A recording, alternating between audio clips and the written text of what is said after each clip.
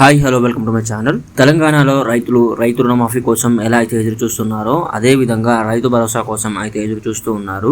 తెలంగాణ రైతులకు రైతు భరోసా పెట్టుబడి సాయాన్ని అందించడంపై మంత్రి తుమ్మల నాగేశ్వరరావు అయితే ఫుల్ క్లారిటీ అయితే ఇచ్చారు. తెలంగాణలో సాగు చేసే అన్నదాతలకు మాత్రమే రైతు భరోసా ఇవ్వాలనేది సీఎం రేవంత్ రెడ్డి ఉద్దేశమని తుమ్మల నాగేశ్వరరావు చెప్పుకొచ్చారు. రైతు భరోసా పథకాన్ని పంట రుణమాఫీ తర్వాతే ప్రారంభిస్తామని మంత్రి అయితే స్పష్టం చేయడం జరిగింది. ఖమ్మంలోని వెంసూరులో మీడియాతో మాట్లాడిన తుమ్మల ఈ మేరకు అయితే కీలక వ్యాఖ్యలు చేయడం జరిగింది.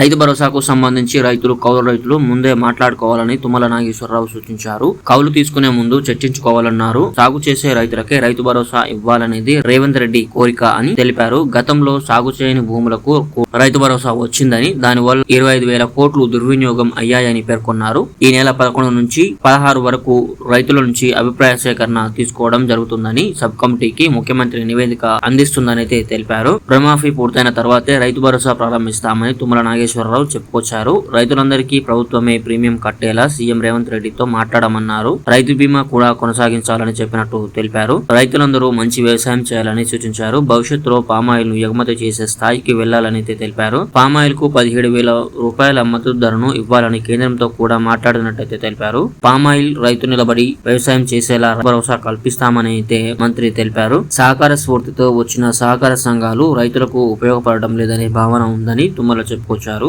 సహకార బ్యాంకులో రుణాలు తీసుకున్న వారికి మాత్రమే సభ్యత్వం ఉండాలన్నారు. ఓట్ల కోసం సభ్యత్వం ఇవ్వకూడదన్నారు. రైతులందరికీ రుణాలను ఇవ్వాలన్నారు. రైతులకు కావాల్సిన అన్నిటినీ రివైజ్డ్ చేసి వడ్డీ లేని రుణాలు వచ్చేలా ప్రభుత్వం ప్రయత్నం చేస్తోందని చెప్పుకొచ్చారు. ఆగస్టు 15వ తేదీలోపు 30,000 కోట్లు రుణమాఫీ చేయబోతున్నామన్నట్లు తెలిపారు. ఇప్పటికే రైతు రుణమాఫీపై మార్గదర్శకాలు తయారయ్యాయని, సీఎం కు అందాయని 2-3 రోజుల్లో ఫైనలైజ్ చేయడం జరుగుతుందని తెలిపారు. జూలై 15 తర్వాత ఎప్పుడైనా రైతు రుణమాఫీ జరగవచ్చని అయితే తెలిపారు. ఇప్పటికే కొన్ని జిల్లాల్లో అయితే రైతులకు నోటీసులు అందడం జరిగింది. రైతు బంధు ద్వారా పొందిన 16 లక్షలను తిరిగి చెల్లించాలని మెడ్చల్ జిల్లా గట్కేసర్ పోచారంలోని ఎం యాదగిరి రెడ్డి నోటీసులు అందాయి.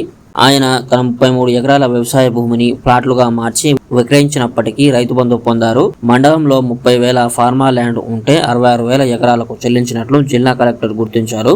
ఆయన ఆదేశాలతో రెవెన్యూ రికవరీ చట్టాన్ని ప్రయోగించి అధికారులు యాదగిరికి నోటీసులు ఇవ్వడం జరిగింది. సో ఇది ఫ్రెండ్స్, ఈ రోజు వీడియో మీకు నచ్చినట్లయితే లైక్ చేయండి. అలాగే మన ఛానల్ కి సబ్స్క్రైబ్ అవ్వడం మర్చిపోకండి.